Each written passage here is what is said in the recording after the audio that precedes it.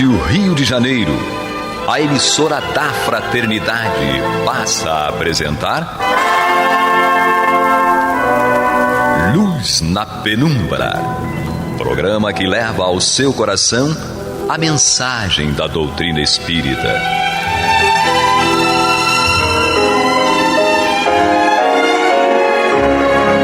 E com vocês, Eduardo Araújo, para o estudo de O Livro dos Médiuns, da obra codificada por Allan Kardec.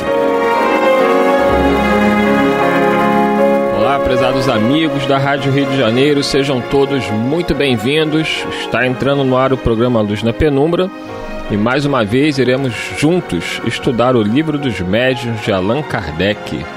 Com ele, Paulo Renato, hoje com o relógio funcionando, chegou na hora. E aí, seja bem-vindo. Obrigado, que Deus nos abençoe. Eu mandei um relógio para ele de presente, novo, despertador, não teve falha, né? Não, ele agora Maria de satélite. Fátima Miranda não tem problema, porque ela não dorme. Seja bem-vinda, Maria de Fátima. Deus seja louvado. Não dorme e não come. Tem testemunhas aqui que ela... Senhor Jesus, não misericórdia. Espíritos superiores que atingem esse estágio é diferente. É a profundidade da superioridade na inferioridade. Ficar sem dormir, sem comer, Paulo Renato. Mas como disse lá no nosso lar, no que diz respeito aos espíritos de esferas superiores, não endosse. Ele diz que o seu sistema de alimentação foge a qualquer concepção nossa. Já pensou? Deus tenha misericórdia. Vamos ligar aqui o ar-condicionado, que Miranda disse que estava com calor. Deus seja. Então agora eu já estou botando ali para nevar em cima dela. Vamos lá, vamos estudar, vamos pegar o Livro dos Médiuns, no seu capítulo 31. Estou aqui com a minha lanterninha para resistir ao uso do óculos. Capítulo 31. O item, a gente está falando sobre as dissertações espíritas. Vamos para a mensagem de número 11 do espírito Pedro Jouti, que é pai do médium. Então, o pai do médium aí, o Pedro Jouti, desencarnado, mandou esta mensagem que Kardec incluiu aqui no Livro dos Médiuns.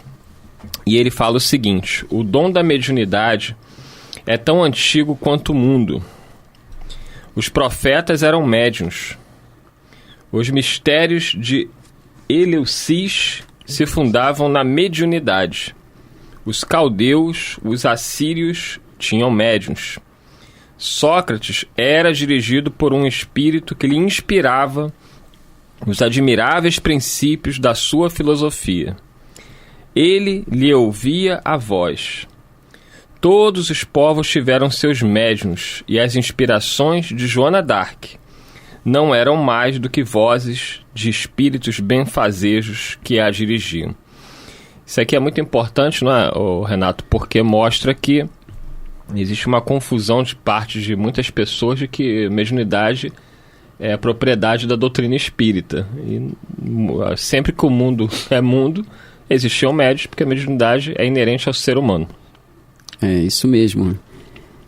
E graças a essa possibilidade de comunicação, mesmo no campo da intuição, como coloca Kardec nesse Livro dos Médiuns, capítulo 14, item 180, quando fala sobre médiuns intuitivos, ele mostra muito bem que sem essa possibilidade de comunicação com o mundo espiritual, a humanidade encarnada, por certo, estaria órfã das luzes que são projetadas de esferas superiores para nós encarnados, possibilitando-nos algum grau de progresso no campo da inteligência e no campo moral.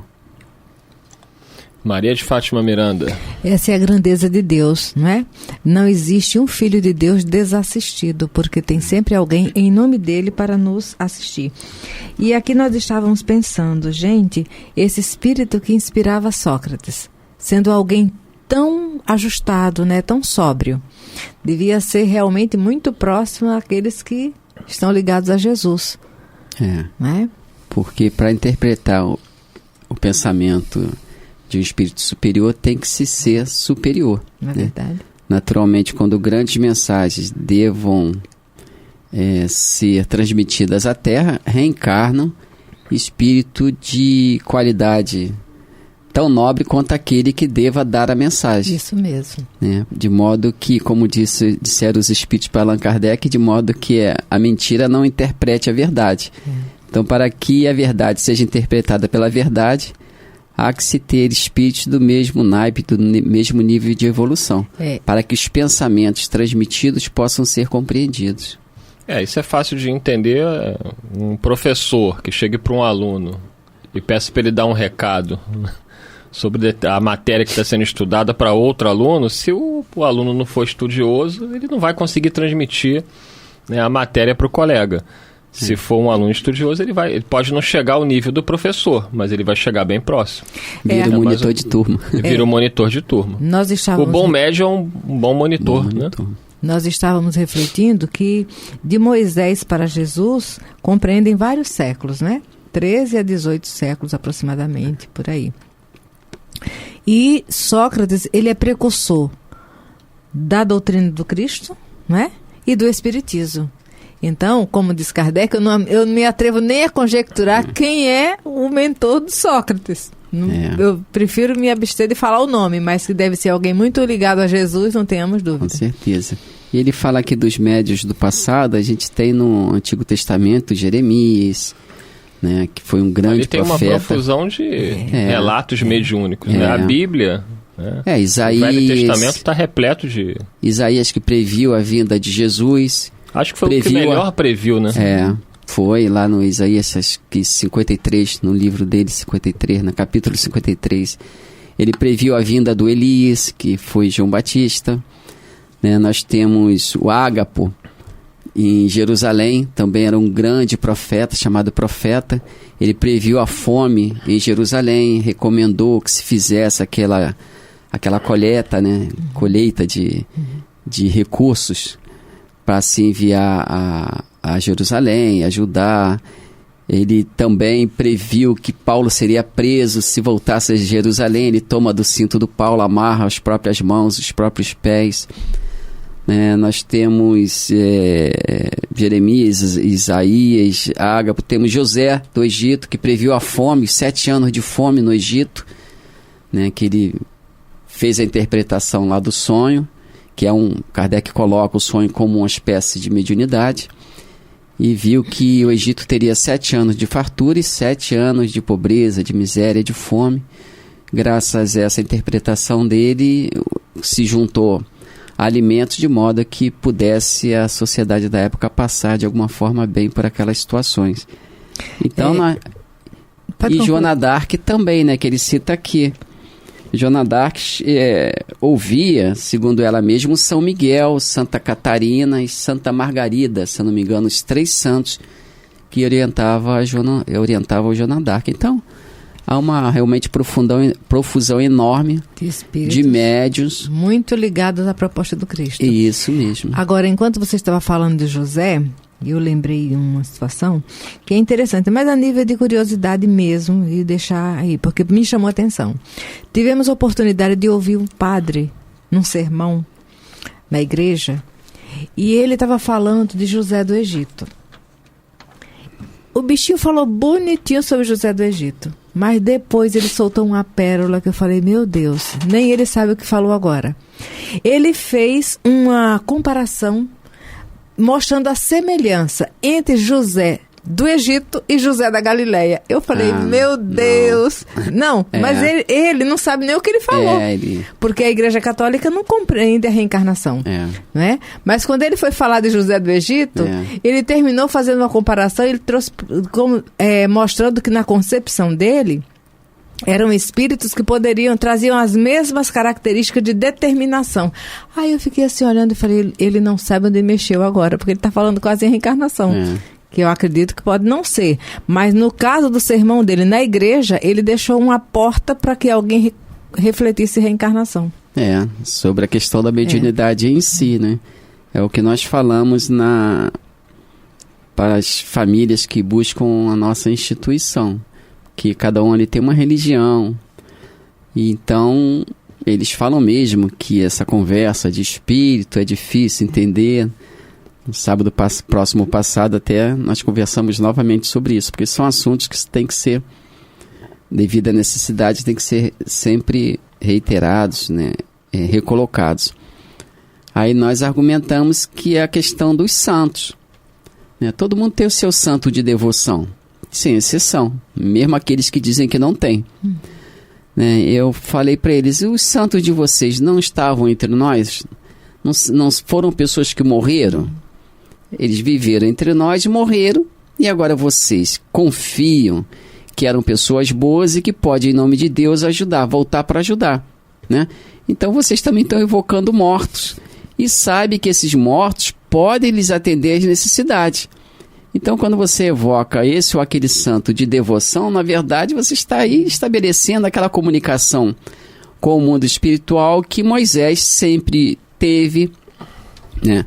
Moisés até foi aconselhado pelo próprio irmão, se eu não me engano foi o irmão dele que aconselhou, porque ele não conseguia lidar com aquele povo todo de uma vez, as pessoas o buscavam o tempo todo. Então ele foi aconselhado a buscar os anciãos do seu povo que fossem profetas, que ouvissem a Deus e pudessem ajudá-lo na administração daquele povo que no momento estava ainda muito rebelde, muito arraigado, digamos assim, aqueles costumes adquiridos no próprio Egito, né? Então nós vemos ali a mediunidade nessa relação, quer dizer, na medida que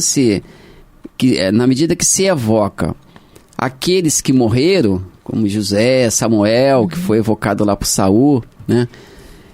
Na medida que se evoca os que morreram, você está nessa relação que a doutrina espírita,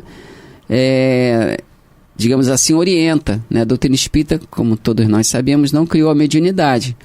Mas como diz Kardec em um livro dos médiuns, aqui na introdução, ele diz que a doutrina espírita tem essa finalidade de colocar clareza, compreensão nessa relação com o mundo espiritual, de forma que ela se dê num campo saudável. Quando em Deuteronômio Moisés lá recomenda que se suspendesse aquelas comunicações com o mundo espiritual, porque elas estavam se dando no campo da adivinhação, no campo, de alguma forma, da promiscuidade, né, no campo que não era o campo adequado para essas relações, que sempre foram tratadas pelos chamados grandes profetas com nobreza, né, com respeito, porque ela assim deve ser entendida e assim deve ser tratada a mediunidade no campo de respeito, de modo que ela possa trazer benefícios espirituais àqueles que se servem delas e àqueles que a buscam. É interessante o que o Paulo Renato estava falando, porque muitas pessoas que nos acompanham, seja pelo rádio ou pela internet, no YouTube, são evangélicos, são católicos, e gera muita dúvida nessa questão da mediunidade, porque afinal de contas, pode-se ou não falar com os mortos? E você acabou de citar aí passagens bíblicas conhecidas dos nossos companheiros evangélicos, católicos, que mostram, né, Renato, que é plenamente possível. Essa história de Saul, ela é clássica em relação a essa possibilidade. Ele queria evocar Samuel por causa de uma questão lá de guerra, mas ele tinha expulsado todos os pitonisas. Miranda era uma pitonisa daquela época. Ele expulsou da sua região e depois aprontou muito lá, Miranda. E ele disse que queria evocar. E ele que recebia a cobrança. Isso, ele era o caixa. Eu só estava recebendo o caixa, mais nada. Ele disse que queria consultar os mortos. Era só um trabalho. Queria consultar Samuel, mas Samuel não aparecia para ele nem em sonho, nem por pitonisas, nem por... Que eram os médios, né? O pitonisa eram os médios. Eram os médios, chamados médios hoje. E nem por que a gente chamou de... aquele jogo de... Ouija? Urins, né? Mas tem um nome próprio. Aqui é Búzios. Hoje a gente chama de Búzios. Eles jogavam isso também? Mas tem um outro nome que eu não me vem à mente. Então ele disse que não estava conseguindo por nenhum meio conhecido à época. E sugere alguém que o leve, que busque uma tal pitonisa, alguém que pudesse consultar os médios. Então ele vai lá na cidade de Endor. O pessoal sabia que tinha uma médium lá. Miranda, bem escondida, para não ser morta. Isso, não é? E ele vai disfarçado e pede a ela que faça subir Samuel. Então ela é uma médium vidente e ela diz que vê Samuel e descreve Samuel para Saul. Ele pergunta a ela como é que ele é, para se certificar se era ele mesmo. Ela o descreve e fala, então é ele mesmo, e ele passa a dialogar com Samuel. Samuel dá uns avisos para ele que ele não escuta. Infelizmente, fala para ele, você e sua família, sinto muito, vão fazer parte do grupo de espíritos desencarnados.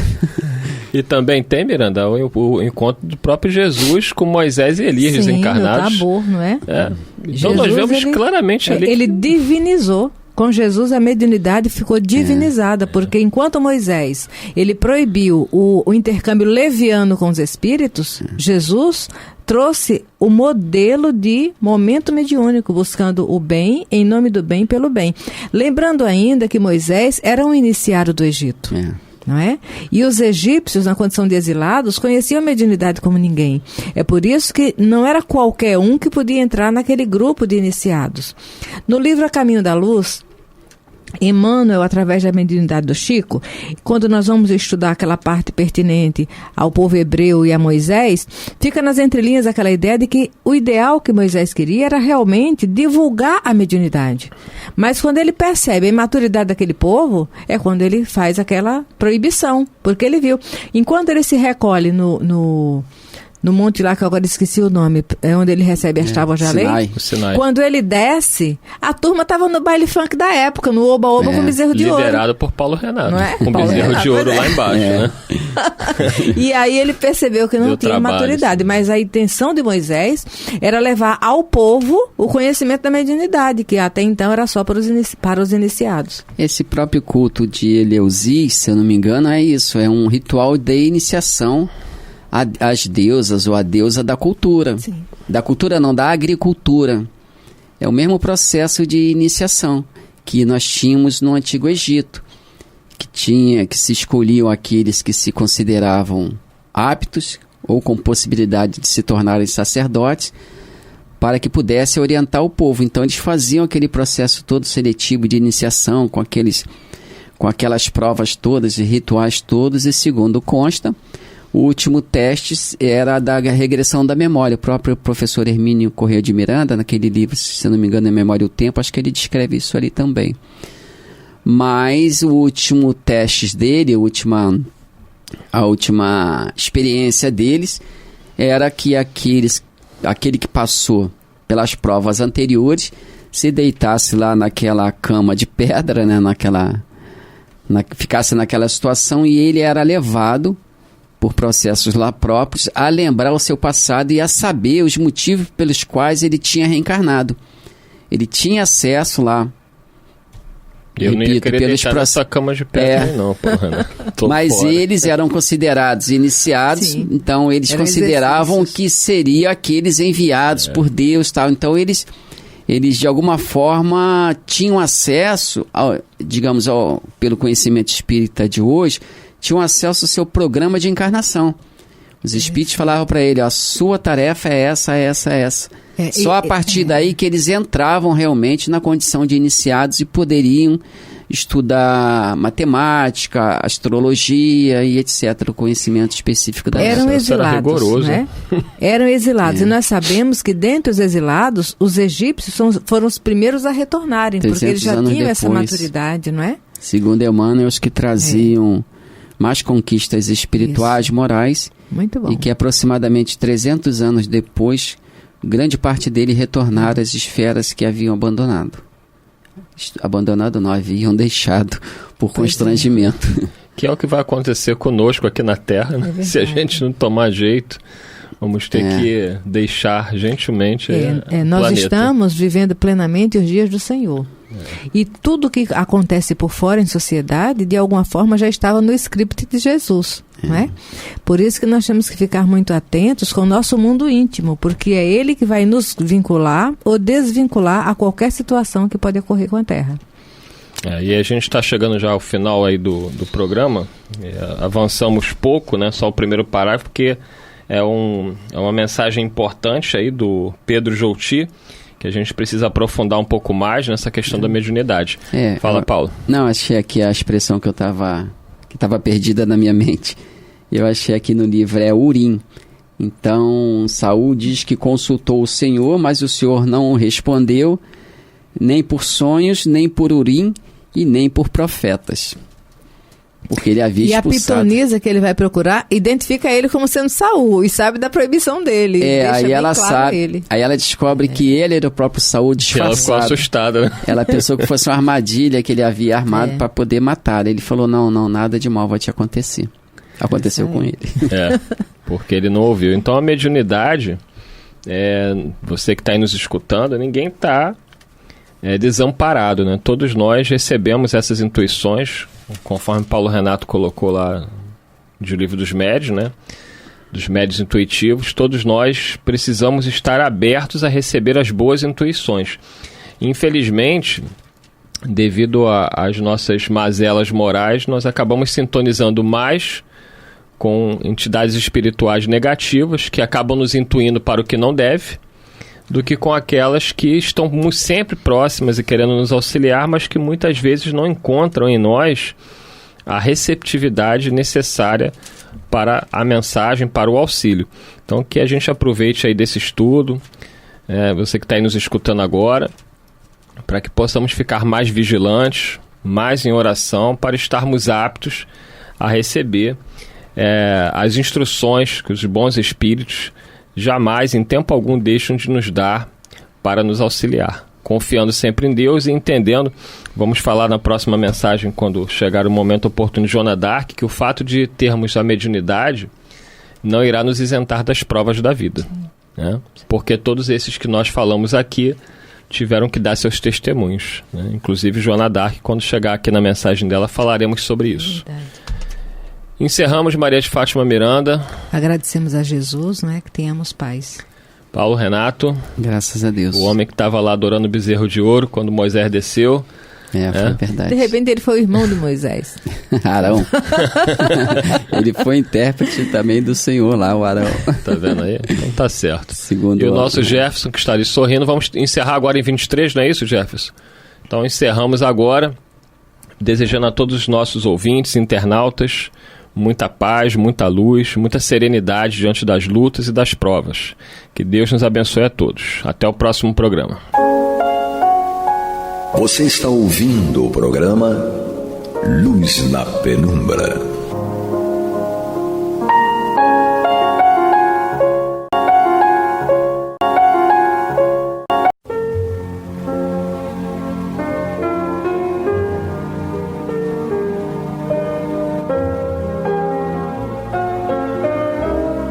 A Rádio Rio de Janeiro está levando ao seu lar e ao seu coração a mensagem consoladora da doutrina espírita, através do programa Luz na Penumbra.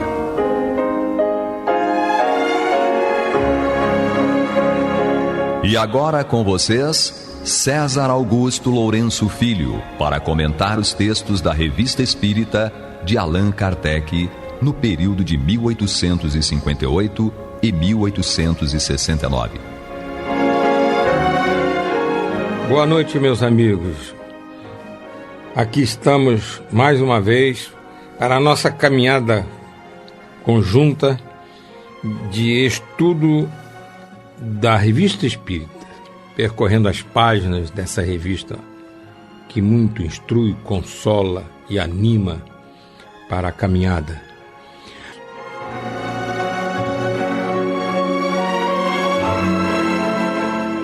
Aqueles que acompanharam os programas viram que quando a Sociedade Parisiense de Estudos Espíritas reiniciou os trabalhos, então o fenômeno ocorreu novamente, só que de uma forma muito mais intensa, porque uma médium, a senhora C, ela entrou em trânsito sonambúlico, né?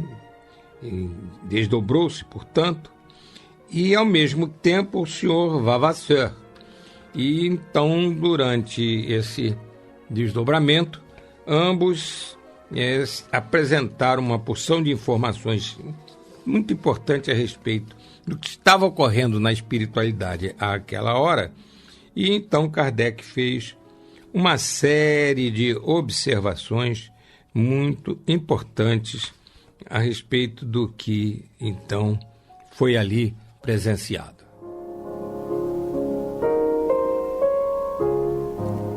Nós vamos ler o final do parágrafo que utilizamos, onde encerramos o estudo da matéria para fins de rádio, porque ela continua. Aquelas pessoas que se interessaram por esta matéria com mais intensidade podem, então, ir ao exemplar da Revista Espírita de novembro de 1866 e, então, dar continuidade ao estudo até o final da matéria. Mas, então, como lemos no programa anterior e vamos reler agora, Kardec escreveu o seguinte: qual é o espírita apático ou indeciso que ficaria indiferente em presença de fatos que lhe fazem, por assim dizer, tocar com o dedo a vida futura? Qual o que poderia ainda duvidar da presença e da intervenção dos espíritos? Qual o coração bastante endurecido para não ficar comovido com o aspecto do futuro que se desdobra à sua frente e que Deus, em sua bondade, lhe permite entrever? Em síntese, queridos irmãos, esses fenômenos demonstram que a chamada morte não existe. O que morre é o corpo. O espírito continua imortal, que é a sua jornada cósmica.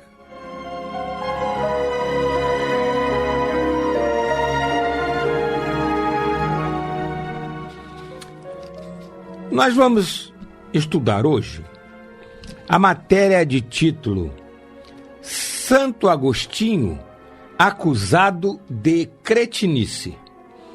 Essa matéria foi publicada por Kardec no exemplar de dezembro de 1866 da Revista Espírita. Vamos então a ela. Sob o título de cretinismo, a Vedette de Limbourg, jornal de Tongres, na Bélgica, de 1º de setembro de 1866, contém um artigo seguinte, reproduzido conforme a Gazette de Huy. Então agora é o texto que foi publicado no jornal e que Kardec transcreve aspeando. Um livro dado como prêmio num pensionato de religiosas caiu em nossas mãos. Nós o abrimos e o acaso nos fez ler, entre outras passagens curiosas, o seguinte, que nos parece muito digno de ser posto aos olhos do leitor. Trata-se do papel desempenhado pelos anjos. Quem quer que o percorra, certamente não deixará de perguntar como é possível que uma obra contendo semelhantes absurdos possa achar um editor. Em nossa opinião, quem imprime semelhantes asneiras é tão culpado quanto o que as escreve. Sim, não tememos afirmá-lo. Autor e impressor devem ser considerados mestres em cretinismos para ousar e lançar tais desafios à razão, à ciência. Que dizemos? Desafios ao mais vulgar bom senso. Eis a passagem de que se trata.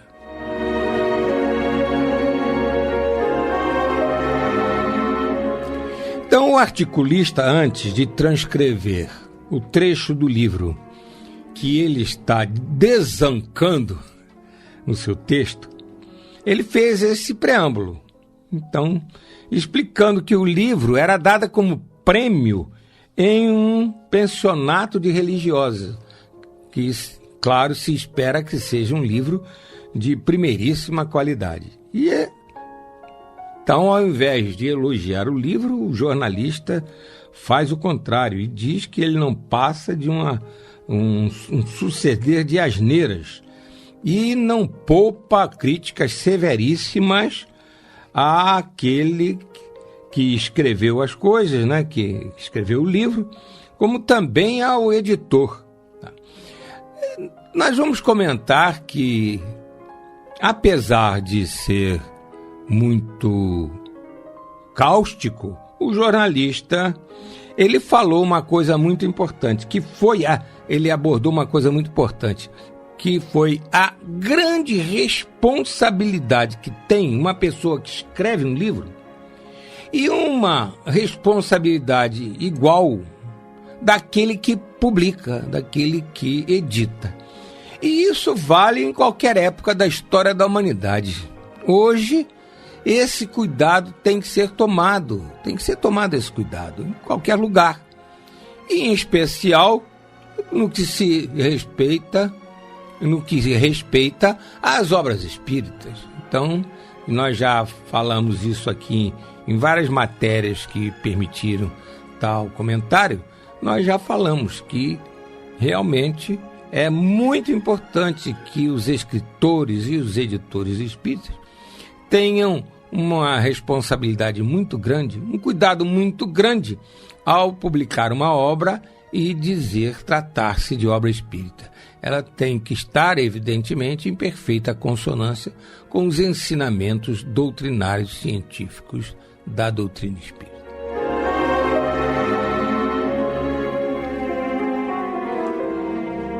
Agora nós vamos ler o que o jornalista transcreveu lá do livro que era dado como prêmio no pensionato de religiosos.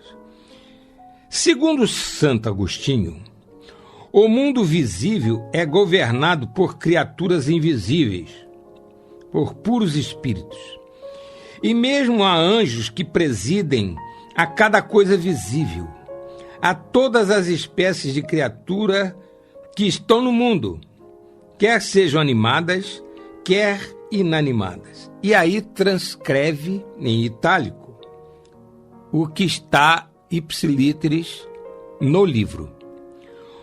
Os céus e os astros têm seus anjos motores. As águas têm um anjo particular, como é referido no Apocalipse. O ar tem seus anjos que governam os ventos. Como se vê no mesmo livro, que ainda nos ensina que o elemento do fogo também tem os seus. Os reinos têm os seus anjos. As províncias também têm os que as guardam, como se vê na Gênesis. Porque os anjos que aparecem, ou melhor, que apareceram a Jacó, eram os guardas das províncias por onde ele passava, etc, etc. Você está ouvindo pela Rádio Rio de Janeiro o programa Luz na Penumbra, com estudo da Revista Espírita, na apresentação de César Augusto Lourenço Filho. Como vemos, queridos irmãos, parágrafo que acabamos de ler, tem muita coisa dita por Santo Agostinho, enquanto encarnado, e que guarda muita relação com o ensino da doutrina espírita, né?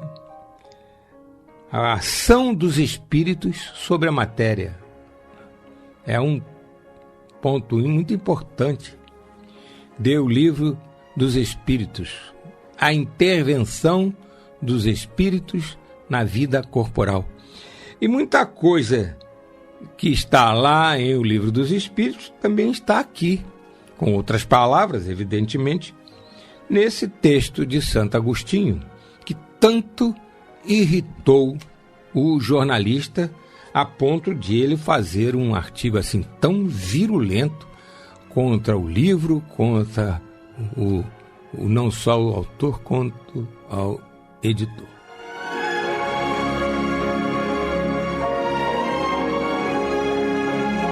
E depois de citar, ou melhor, transcrever esse trecho, o jornalista volta à carga naquele jornal Gazette de I, reproduzindo uma matéria do outro jornal, Vedette de Lambourg. Pode-se julgar por esta amostra do gênero de leitura que faz a juventude educada nos conventos.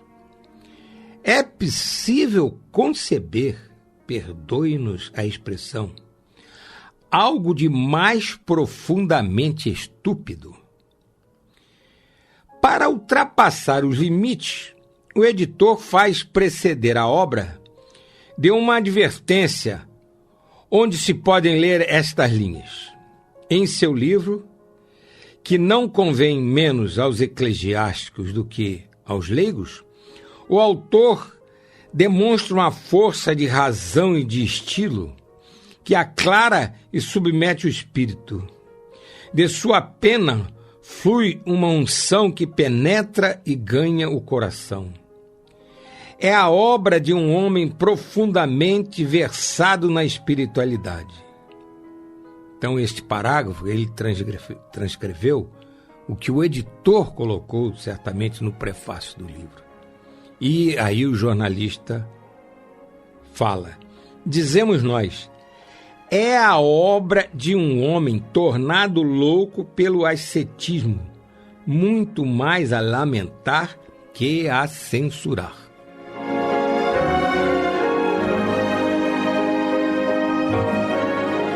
Realmente o jornalista estava irritado, né? Como dissemos há pouco. Ele ficou muito irritado.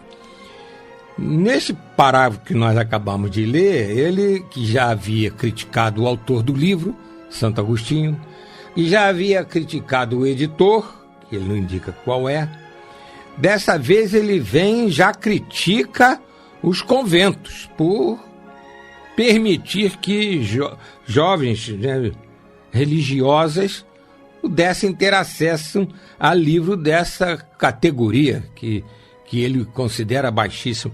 E ficou, mas muito, muito irritado quando leu o que o editor falou a respeito da obra de Santo Agostinho, que lemos há pouco, né? E que concluiu o editor. É a obra de um homem profundamente versado na espiritualidade. Aí o jornalista não aguentou e disse: não é isso não, é obra de um homem que se tornou louco pelo ascetismo. Ou seja, um homem que se voltou tanto para as coisas espirituais, para as lucubrações transcendentais, para a fuga da realidade da vida e tal, que se tornou um louco, que se tornou um cretino. Que naquela época a palavra cretino significava uma pessoa louca.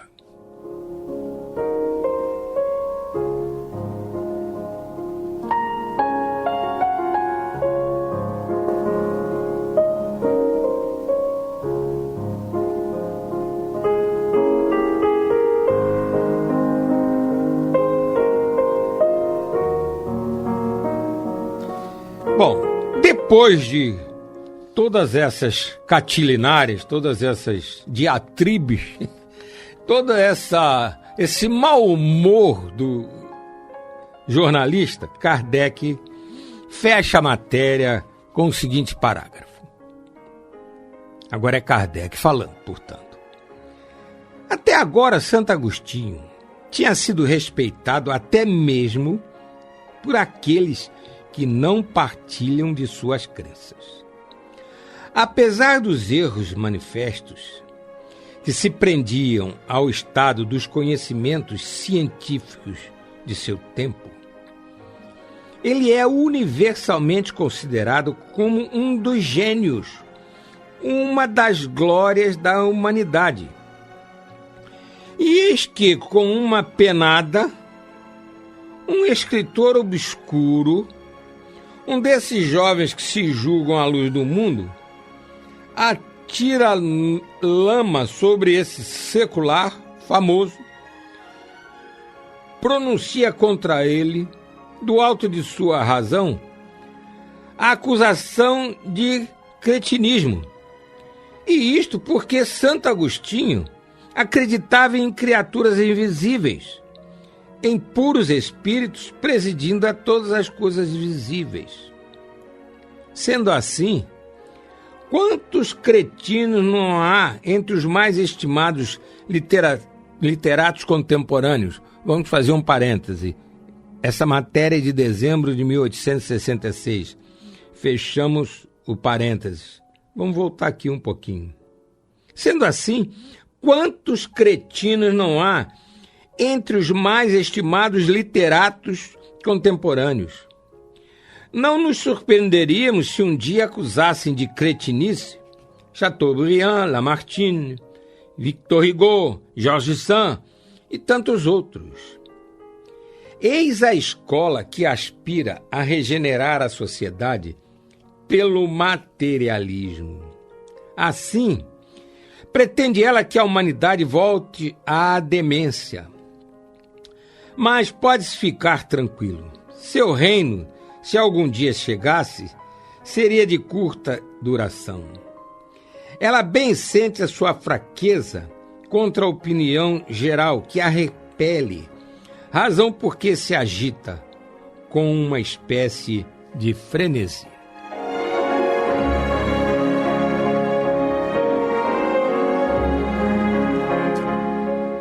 Então, queridos irmãos, Kardec primeiro ressalta quem foi Santo Agostinho. Realmente foi uma das figuras de proa da história da humanidade. Não foi, sem dúvida alguma.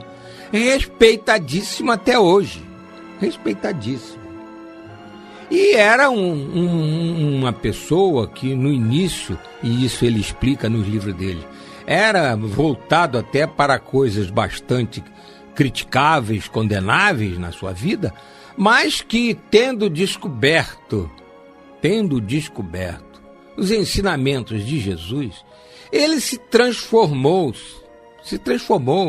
passou a ser outra pessoa, sintonizada com o bem, voltado, mas para valer, voltado para as coisas espirituais. Se tornou um asceta, que é uma pessoa que dá essa super importância aos aspectos espirituais da vida.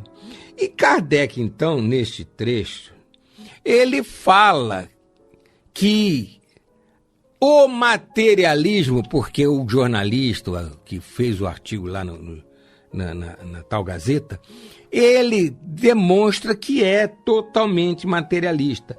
E Kardec, então, fala que o materialismo não vai tomar conta do mundo, que os ensinamentos de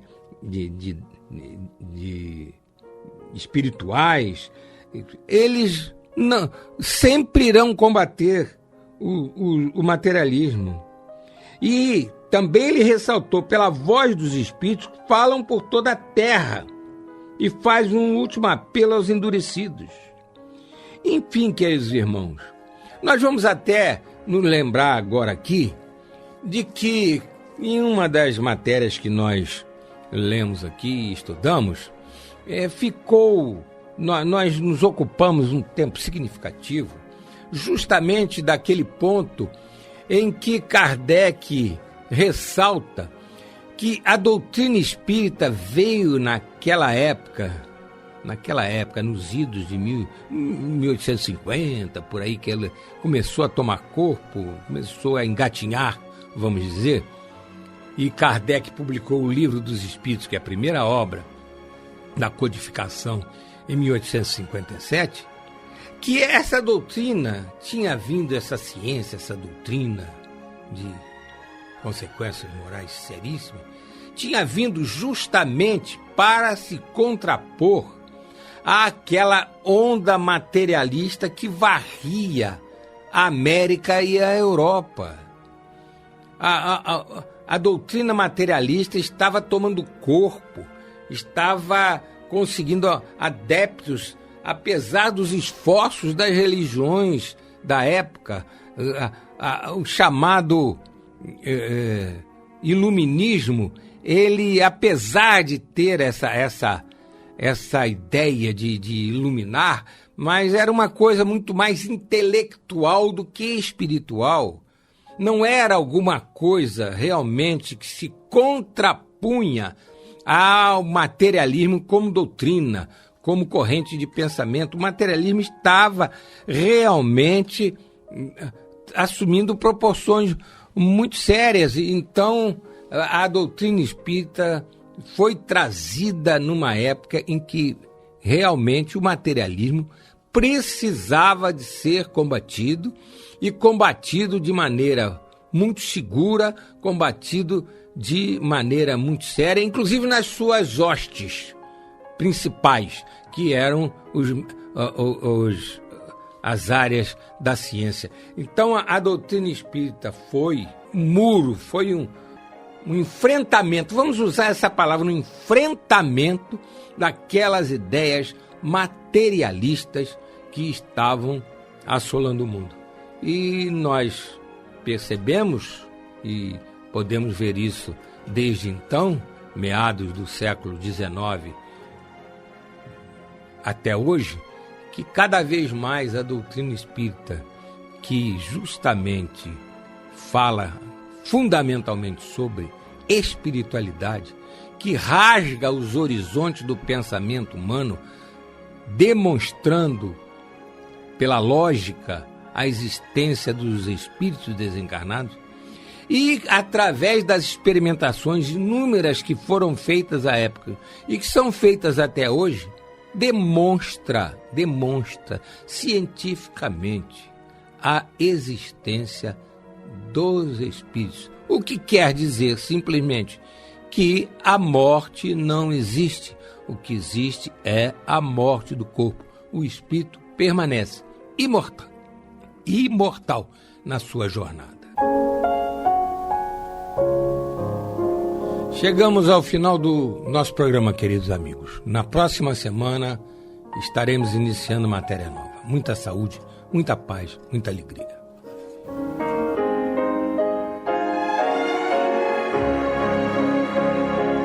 E vamos ouvir agora a prece de encerramento de nosso programa, na voz de Geraldo de Aquino.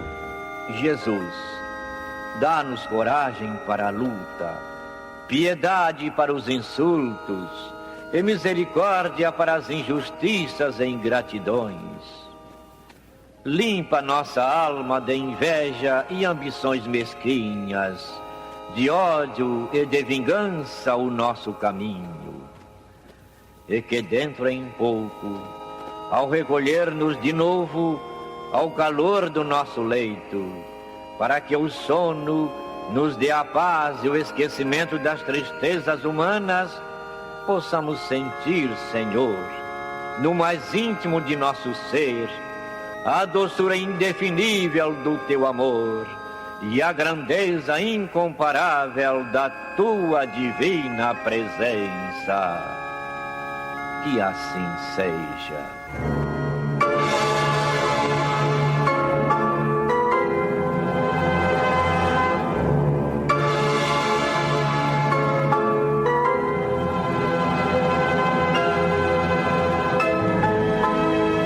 Acabamos de apresentar o programa Luz na Penumbra,